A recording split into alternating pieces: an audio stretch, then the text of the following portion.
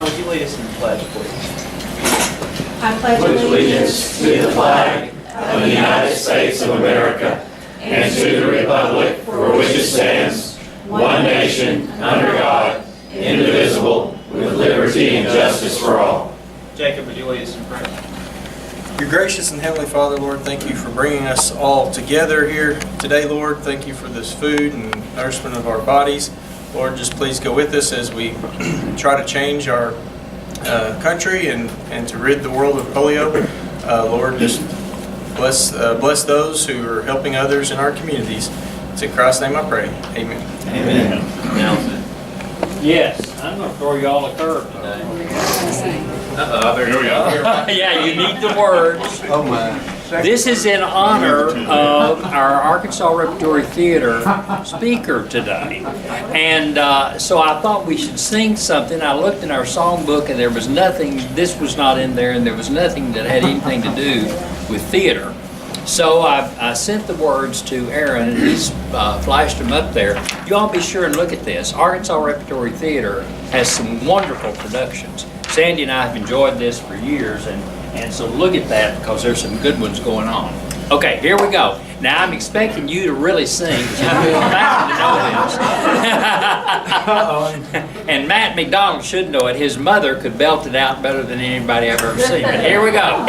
There's no business like show business, like no business I know. Everything about it is appealing, everything the traffic will allow. Nowhere could you get that happy feeling when you are stealing that extra bow. There's no people like show people. They smile when they are low. Even with a turkey that you know will fold, you may be stranded out in the cold. Still you wouldn't change it for a sack of gold. Let's go on with the show.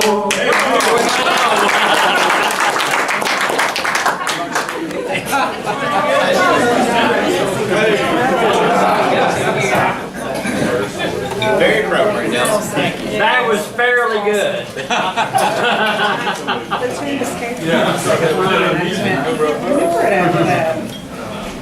There are two sign-up sheets that are making their way around the room right now. It's our second opportunity to sign up to help collect donations for the City of Lights, for the Batesville City's Christmas lights display. So please sign up if you feel interested in doing that. And also, I'm passing around a sign-up sheet on a yellow legal pad with a pen for the Christmas parade. It's 2 weeks from today. It'll start about 6 p.m. is when the parade starts. I put on there 5:45 to arrive. But thanks again to Wayne and Phil for helping us with the float. I know we have a committee, and we're going to have some kind of float this year, so that's going to be good. And I say float like a trailer pulled behind a truck with some things in it, and it'll be good, I'm sure.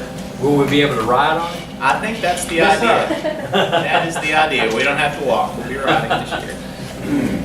I see that Andy Brock and Phil Hacker, who's not here today, and Tim Bruner all have birthdays this coming week, so happy birthday to them. Please tell Phil happy birthday for us, Mike.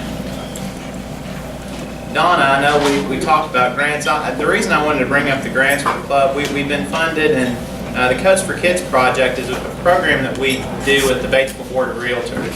And so that's a grant that Rotary International or the district gives us, and then we help the Board of Realtors match that grant to give coats for kids in the community. Dictionary projects, the dictionaries have been ordered. Once they come in, I appreciate everybody who signed up. We'll go out into the schools and get those to area 3rd graders. With DHS bags will be happening later on, and I think next year. And then the Best Foot Forward program, those are our grants that we have for the year. Ron, do you have anything that's for Sergeant at Arms? Just kind of show of hands, how many's had a chance to meet with your RFF? Okay. Today might be the day. Who is paired up here now? Anyone paired up today that would like to talk? Wayne and I are, but we already have. Yeah, y'all already done yours. Anybody else paired? Okay, we'll try, but let's try next week if there is a chance and your partner's here. It's time. I guess we can talk about your Rotary friend without them being here. Yes, we couldn't speak about your Rotary friend when they're not present. It's on video, so they can watch it. All right, we'll try next Monday. too. Okay, next Monday, we're gonna get started with Rotary Friends Forever. Secretary's report, Amanda. We have 32 people here today. Our numbers have been going up lately thanks to Lyon College. So that's lovely. We love that. We have Joseph here with us again from the Guard. We appreciate him coming. And I also see a couple of high school students. If you guys don't mind standing and introduce yourselves for us, please. I'm Laura McDaniel, and I'm a junior at Batesville High School. I'm Anna Hernandez, and I'm a sophomore at Batesville High School. Thank you. Welcome. And then I see we have a couple from Lyon again at the back. If you don't care, just stand real fast and say your name again so we can just kind of start processing those names. Michael Humphrey. I'm Eliana Skinner. Allison Libby. Emerson Smith. Welcome back. Welcome. And just a quick reminder, if you haven't paid for your polio shirt yet, it's $10 and you can just bring that to me anytime as soon as you can. And invoices, I know Dwight, he wanted me to mention that he sent out invoices a couple weeks ago by email. If you didn't get it, that's a problem. Please let I know. And we're asking that you can try to get those paid by the end of the year because it is the end of the year and our books, we have some things that we need to kind of do through DAC-DB to get our books cleared up. So the sooner that you can get that paid, please do so. Thank you. Thank you, Amanda. And Dwight's not here, but Amanda covered the high points of the treasurer's report. Dwight's done an excellent job as treasurer. It's a hard job, and I really appreciate him doing it. Deanne's not here on service, but there's not a whole lot other than the Christmas parade, and obviously in December we'll have another night at Help and Hope. Ryan's not here on membership, but I think that we're doing okay on that. Jacob, thanks for being a greeter today. You did a good job. Let's give Jacob a round of applause. Matt Martin, you're up next week. And I don't see Johnny here, unfortunately, but I'm going to invite Alicia Faust to come forward. She's our newest member of the club, and I guess I'm going to induct her since Johnny's not here.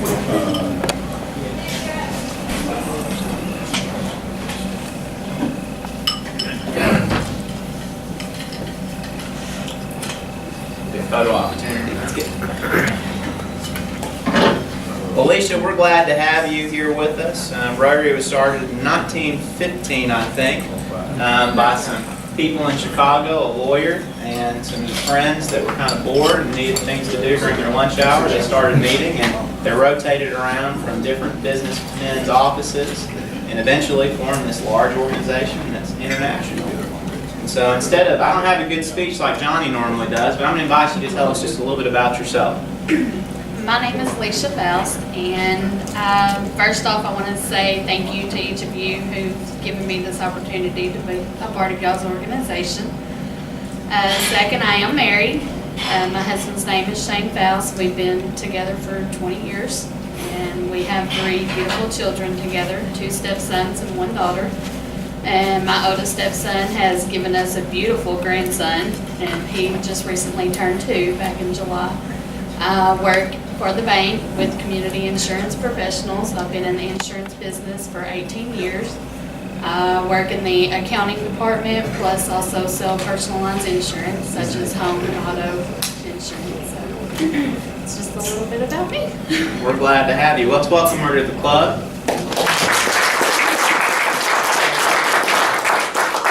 Alicia has hit the ground running. She sat in for Amanda when Amanda was on vacation. I think she said she'd be willing to serve as treasurer in the coming Rotary year, so we really appreciate it. Rotary's a service club, and you're obviously, you know that, you're already serving, so welcome. Thank you.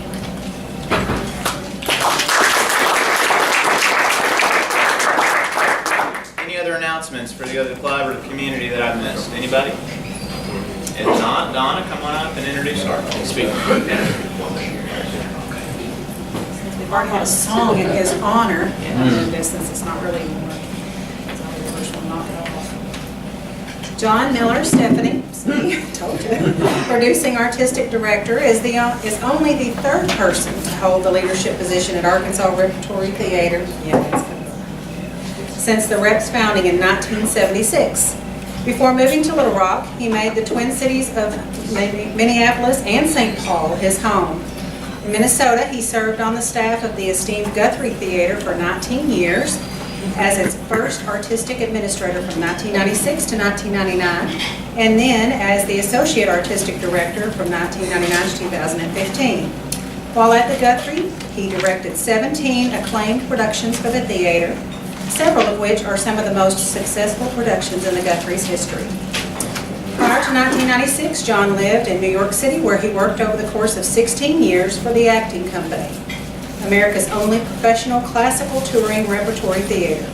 He was the Acting Company's first associate producer, a position he held from 1989 to 1996.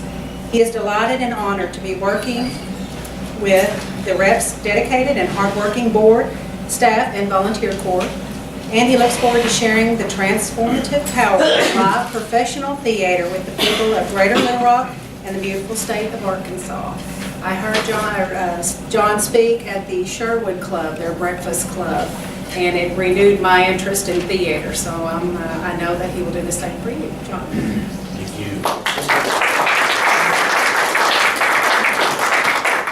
First, I want to thank you all for what you do as Rotarians.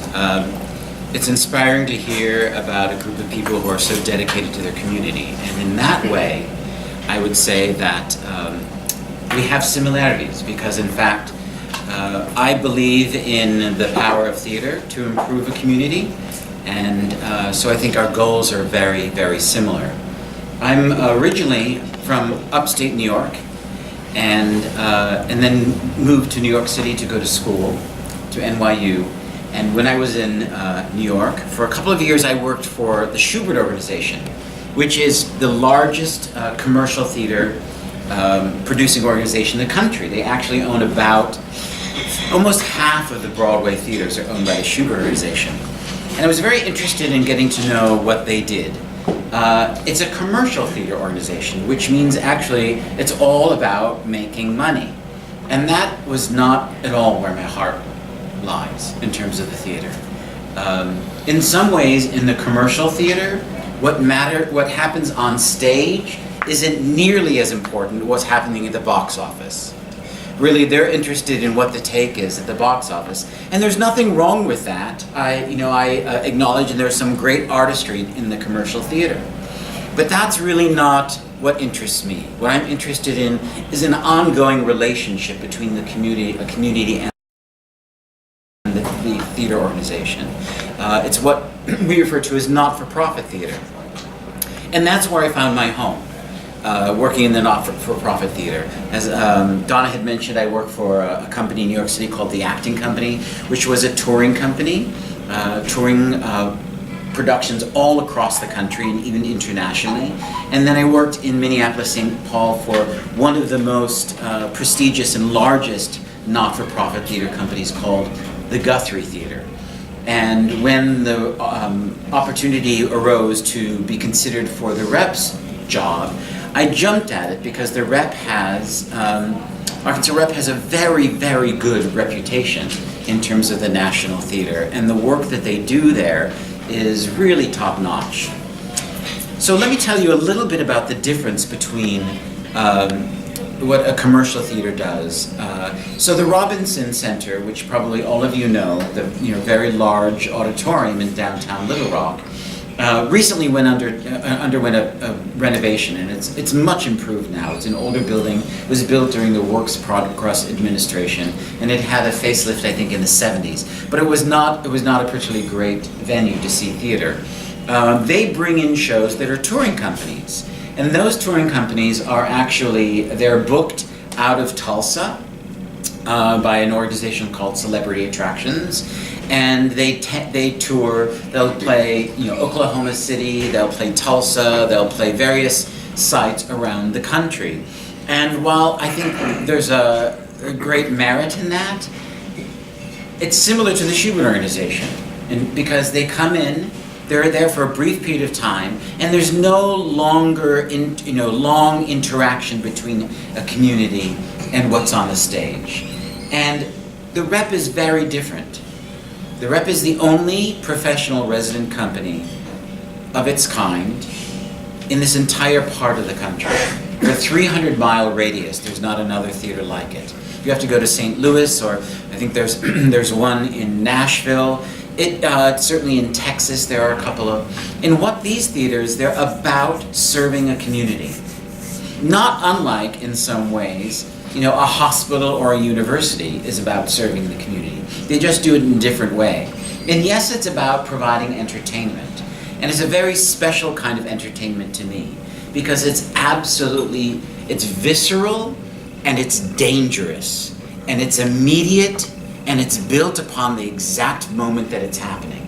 When you see a film, or when you see television, what you're seeing is a very processed product. Once again, I have great respect for films and for television, but it's a very different animal.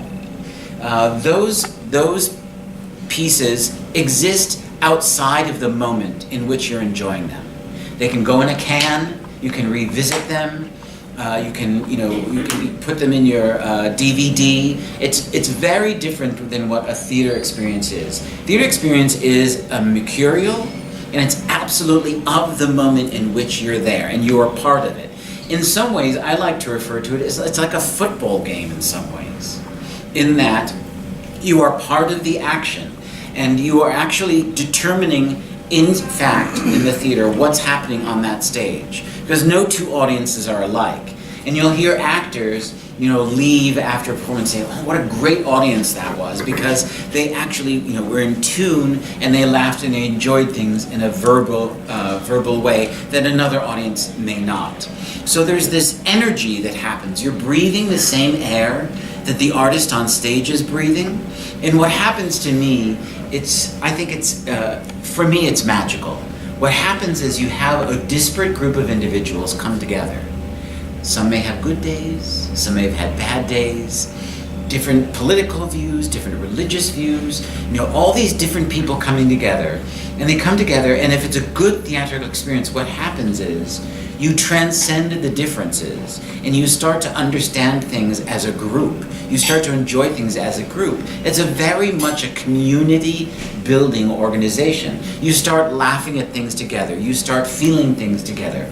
And what it does is it celebrates our differences in some ways, because the stories on the stage can celebrate differences in human beings, but it also creates and reminds us of our shared humanity.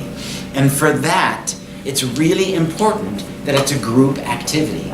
It's not something you do at home where you throw a DVD in and you enjoy it and you can pause and go to the bathroom and get your popcorn. It's not that at all. It's actually immediate, and it's of the moment. And it helps pull people together. We're also very involved with education at the Rep. Theater arts is one of the great ways of teaching young people, because it incorporates all sorts of various disciplines. It can incorporate music, and incorporate dance. And it teaches young people really important skills, like the ability to cooperate, the ability to collaborate, the ability to listen, the ability to speak in public, the ability to take direction. And one of the great things about the work we're doing at the Rep in terms of education is, yes, it'd be great if one of those people, one of those young people grew up to be Hugh Jackman, and we could take some credit for it. But more important than that is, these skills are life skills. So no matter what they go into, no matter what field they go into, they can use these skills in terms of becoming better citizens, better at their jobs, and better at being progressive family members. So it's a fantastic way, and it's fun. Theater engages your body, and engages your mind, and engages your soul. It's very much a holistic way of teaching, and so for that, I'm 100% behind our education work, which is growing by leaps and bounds. So let me tell you a little bit how the Rep works, like a nonprofit resident theater. There are people at that theater who are resident artists who live in Little Rock. They go to your grocery stores, they go to your churches. They are not people who come in town for a week and go away. They are part of the community. They live in the community, they're there to service the community, and they are artists. So on staff, I'm a director, but we also have 2 costume designers. We have a sound designer, a lighting designer, a set designer. All these people live in Little Rock and are about this community. So when we do a play, it's not about making money. In fact, every play we do, in fact, loses money. Even if we sold out our auditorium, it's only 377 seats. And we're a professional organization, which means, unlike a community theater, we pay our artists. They're professional artists. They're trained to be artists, and that's how they make their living. I love community theaters. I'm a product of community theaters, but those are very much avocational. It's, generally speaking, you don't have particularly, there are people who do it for the love. They may not even be trained in any way, shape, or form. But in we bring in actors, mostly from New York City, simply because there's not a large acting community in Little Rock. How can there be? There's only one professional theater. I lived for almost 20 years in Minneapolis-St. Paul. There were many professional theaters in Minneapolis-St. Paul, which means you actually had a local acting community, people who lived there. Not so much in Little Rock. It's one of the differences between the Guthrie and the Rep, is that because our mission is to put on stage the highest quality work, we have to import artists to be in our plays. But they come to Little Rock for the Rep, we rehearse them at the Rep, we perform at the Rep, and then the show is over. Everything is about our specific community. It's not about going on tour. It's about making work that speaks to the people of Little Rock. So we do have some resident artists, but actors, generally speaking, have to come from out of town. We do approximately 6 or 7 productions a year, and because we are the only professional theater not only in Little Rock, but as I said, in this entire part of the country, we have a mandate to do a diversity of work. In Minneapolis-St. Paul, the company I worked for, the Guthrie Theater, also did a diversity of work, but in that community there was a theater that did only musicals. There was a company that only did new plays. There was a company that only did classics. There was a company that did, African American theater company, an Asian American theater company. All these, theaters with a very specific cultural mission. At the Rep, we're the only theater of our kind. So we have to do, when I'm setting a season at the Rep, I have to think about all the various constituents. And sometimes it's really frustrating because in the course of a year, I may schedule 2 musicals, and people will come to me and say, "Oh, I wish you were doing more musicals." And then, when the musical's on, somebody will come to me and say, "Oh, I really don't like musicals." You have to keep in mind there are different people like different things, and so over the course of the season, I try to pick things that will appeal, obviously, to as many people as possible, because we would love a filled auditorium every night of 377 seats. But the fact of the matter is, doing a diversity of work, you're not going to please everybody all the time. It's just going to be impossible. We try to do as much as we can in terms of pleasing people. But if you're doing a wide variety of work, naturally you're going to be interested in some pieces more than other pieces. And invariably, after the end of a show, somebody will be thrilled by what they saw, and somebody will be disappointed in what they saw. But it's kind of like, once again, going to a sports event. Your team doesn't always win. Sometimes, you go to you pay good money for the ticket, and your team bombs. Well, you don't ask for your money back because your team didn't win. It's a similar situation. You're invested in what's happening. And to that end, one of the things that means a great deal to a theater like the Rep are subscribers. And it's a mentality that we try hard to foster. And that's finding people in our community, in our region, who really believe in the power of theater and what it can do in terms of making a better community. And these people, subscribers, they agree to see everything we do. God bless them. They're not single ticket buyers. Single ticket buyers, tend to buy what they know. It's like when you're going to a grocery store, you always get the same kind of cereal because you know what it is. And single ticket buyers are kind of like that. Subscribers are more adventurous, And I love them because what they do is they say, you know what? I trust the rep, and I'm going to see all 6 of these. I may not like all 6 of these, but I guarantee the work of the rep is so good that even if you don't like the play, there are always things about it that are good, you know? And subscribers are willing to take that ride, and as a result, they get a better ticket price. So subscribers get a discount in what it costs to go to the play, and they also get certain perks, you know, getting to meet actors and things like that. So subscribers are very near and dear to me.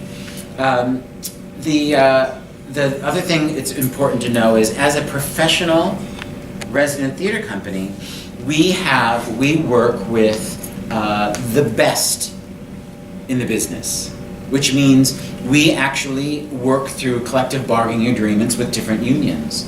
The actors that come to us are equity actors, they're union actors, which means that they are at the top of their game. Our designers are union designers, they are at the top of the game. So there are certain obligations as an employer of these people. You have to come up with a certain amount of money because the union sets a certain rate. So no one is getting rich at the rep, let me tell you. And it's a not-for-profit theater. And the actors we get are paid well, but frankly, sometimes it's hard to get people to leave their homes and loved ones to come to Arkansas for 6 weeks. You know, if you are living in New York City and you're married and have 2 kids, it's really asking something of someone to say, hey, we want you to leave your family and come to a place you've never been before and work for us for 6 weeks. They do it because they're artists and they believe in the power of the work. And as I said, you know, they probably could make more money staying home than they do at the rep. But we do have an obligation to pay them at a certain level because of our union contracts and union obligations. So it's a really interesting organization. It's a business, yes, to a certain degree, but it's also a not-for-profit. So in that way, it's very similar to, say, a hospital or a school. We're not about doing a hit show and then running it forever, which is what Broadway does. That's how you make your money on Broadway. What you do, if you do Cats, right? If I wish I had money in Cats. I wish I had been part of the original producing team for Cats, because I'd be retired by now, I think. Anyway, the way commercial producers work is you put money into the show up front, and it's quite expensive to do a Broadway show now. It could be easily $12 million to do a Broadway show, easily. So, you know, you invest money in this, and if it's a hit and it runs forever, eventually you'll start seeing money down the road, right? If it's a bomb, you lose the entire investment. There's a saying that goes, you can't make a living in the theater, but you can make a killing. And it has to do with the commercial marketplace. Because if you invest in the right thing, you can do very well indeed, but more often than not, commercial productions fail. We are not about that. We set a show, and we do it for a finite period of time to reach those people in our community, and then we set that aside and we do another show, because we're not about long runs and making money. We're about serving a community with a different program. I'd like to tell you a little bit about the plays we're doing this year. So Christmas time has always been really an important time at the Rep, very special time. And this is my first year to program. I've only been in Arkansas for a little over a year. And when we were thinking about Christmas, I remember thinking, this is hard, because at Minneapolis, when I was at the Guthrie Theater, they did Christmas Carol every year. Every single year. And they've been doing Christmas Carol every single year for over 30 years. And it's become this family tradition where grandparents bring their kids, their parents bring their kids, so you have generations of people coming to Christmas Carol. But at the Rep, because it's a smaller community and our holiday shows are on subscription, we don't do the same thing every year. And I was trying to think, what should we do? And there's a beautiful short story by O. Henry called The Gift of the Magi, which probably many of you know. It's a story about a young couple who have very little money. They're newlyweds, and the two things they prize most of all are her long hair and the watch he inherited from his grandfather. It's a beautiful little story about the true meaning of giving. It reminds us that it's not about going to Best Buy the day after Thanksgiving and getting the largest television set you can possibly afford. That's not what giving is about. This story reminds us of what it means and how important giving is when it comes from yourself. It's a beautiful story. It's this perfect little piece. It's a new musical. We've commissioned it. It's put together just for our rep audiences. It's a lovely piece, and that will be done in our 377 seat theater. Across the street, in our education annex, we have a smaller venue, and we're doing a piece called The Santaland Diaries, which is a comic piece. David Sedaris, who's a very popular comic in certain circles, wrote an autobiographic, semi-autobiographical piece about what it was like working as an elf at Macy's at Christmas time. So it's, you know, it's about, it's a little acerbic, a little satiric, maybe not great for the whole family, but for the whole family you can go see Gift of the Magi, and if you want a sort of antidote to all the saccharine the holidays have to offer, you can go see Santaland Diaries. So we have two shows and they're running simultaneously, and on certain nights, because they're both fairly short, you can actually see both shows in one night. The idea is you could come and see Gift of the Magi at 7 o'clock. It's probably 80 minutes long. Send the kids home, have a few glasses of wine in our bar, and then go across the street and enjoy Santaland Diaries and have a lot of laughs at that. So certain nights of the week you can see both. They're both quite short plays. After that, we're doing a play called The Call. Really interesting play by a woman named Tanya Barfield. And The Call is about a Caucasian couple who very much want to start a family. And she's unable to get pregnant, and they decide they want to adopt a baby. And they try to adopt a baby domestically, and the birth mother decides to keep the baby. The couple is not getting any younger. They're very worried about the clock ticking, and two of their friends suggest maybe they should do an international adoption. And they decide they're going to adopt a baby from Africa. So it's about the clash between first world sensibilities and third world needs when they discover the mother really wants to have an infant, and the agency matches them with a child who turns out to be about 4 years old. So it's also about what does it mean to parent, what are your expectations of parenting? For me, the most important question that is raised, and very little answers really. I think good theater gives you questions without answers. But one of the things that for the play really made me think about is, what is the impulse to parent? What is that about? And I think that's a really good question to ask. So that's The Call. And then after that, we're doing a musical called Mamma Mia, which you've probably all heard of. It uses all the music from ABBA. It's really a fun show. And unlike some place like the Robinson, where it's 2,200 seats, we're very small, it'll be like a dance party.